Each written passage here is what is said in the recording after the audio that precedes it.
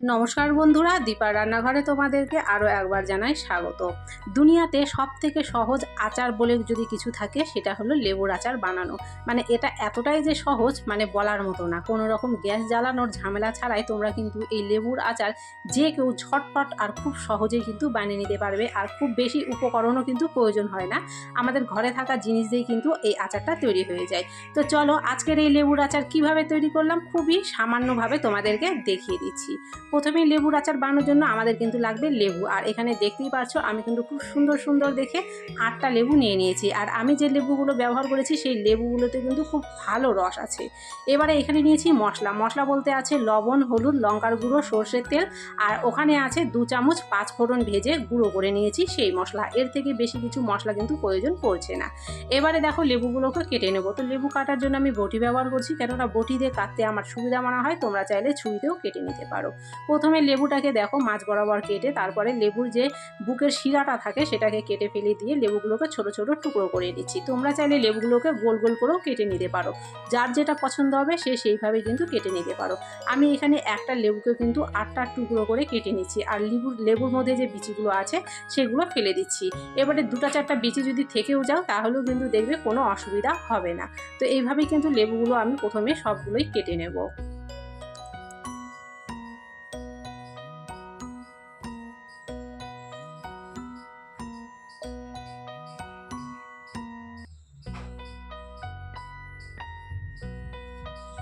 সবগুলো লেবু কিন্তু দেখো কাটা আমার হয়ে গেছে। এক এক করে মশলাগুলো দিয়ে দেবো। এখানে দিয়ে দিচ্ছি লবণ। লবণের পরিমাণটা সামান্য একটু বেশি দিতে হবে। তারপরে দিয়ে দিচ্ছি দেখো হলুদের গুঁড়ো, আর দিয়ে দিচ্ছি ঝালের জন্য লঙ্কার গুঁড়ো। তো লঙ্কার গুঁড়ো আমি কিন্তু 2 চামচ মতো ব্যবহার করেছি 8টা লেবুর জন্য। তোমাদের কাছে যদি একটু বেশি প্রয়োজন মনে হয় অবশ্যই একটু বেশি করে দিতে পারো, কেননা আচার কিন্তু একটু ঝাল ঝাল খেতেই ভালো লাগে। তারপরে যে 5 ফোড়নটাকে গুঁড়ো করে রেখেছিলাম সেই 5 ফোড়নের গুঁড়োটা দিয়ে দিলাম। আর 5 ফোড়নটাকে কিন্তু আমি শুকনো কড়াইয়ে একটু হালকা করে ভেজে নিয়েছিলাম, একটু লাল করে ভেজে নিয়েছিলাম। একদম কিন্তু পুড়িয়ে ফেলা চলবে না, তাহলে কিন্তু আবার তিতা হয়ে যাবে। একটু লাল করে ভাজা হয়ে গেলে তারপরে আমি কিন্তু শিলনোড়াতে গুঁড়ো করে নিয়েছিলাম। দেখো সবগুলো মশলা দিয়ে এবারে হাত দিয়ে চটকে চটকে কিন্তু লেবুটাকে খুব ভালো করে মেখে নিতে হবে, যাতে মশলাগুলো লেবুর মধ্যে ঢুকে যায়। আর লেবুর থেকে যদি পারো এইভাবে কিন্তু একটু করে রস চেপে চেপে বার করে দিও, তাহলে দেখবে এটা কিন্তু আরও ভালো হবে। আর যেহেতু বলেছিলাম আমি প্রথমেই আমি যে লেবুগুলো নিয়েছি সেই লেবুগুলোতে কিন্তু প্রচণ্ড পরিমাণে রস আছে। তো দেখো এইভাবেই কিন্তু একটু সময় নিয়ে একটু চেপে চেপে কিন্তু লেবুগুলো মেখে নিতে হবে, যাতে লেবুর ভেতরে মশলাগুলো খুব ভালোভাবে ঢুকে যায়। আমার কিন্তু মাখা হয়ে গেছে। এবারে এখানে আমি একটা বয়াম নিয়েছি, কাচের বয়াম। অবশ্যই যে কোনো আচার কিন্তু কাচের বয়ামে রাখলেই দেখবে ভালো থাকে। প্লাস্টিকের বয়ামে রাখলে কিন্তু তাড়াতাড়ি নষ্ট হয়ে যায় আর একটা গন্ধ করে।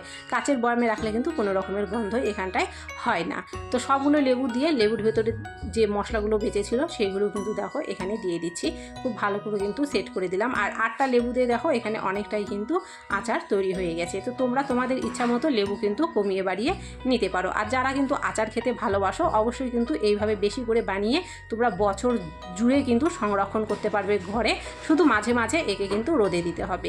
তারপরে যে সর্ষের তেলটা নিয়েছিলাম 1 বাটি, সেই সর্ষের তেলটাও কিন্তু এখানটায় আমি সবটুকুই দিয়ে দিলাম। তো দেখো এটা দেখতে কিন্তু দারুণ লোভনীয় হয়েছে। কতটা সুন্দর হয়েছে দেখো, ঘরে তৈরি করা আচার একদম দোকানের মতো। তো এই লেবুর আচারের রেসিপিটা তোমাদের কেমন লেগেছে কমেন্ট করে আমাকে জানাতে কিন্তু একদমই ভুলবে না। ভালো লাগলে অবশ্যই একটা লাইক করে ভিডিওটাকে শেয়ার করে সকলকে দেখার সুযোগ করে দিও।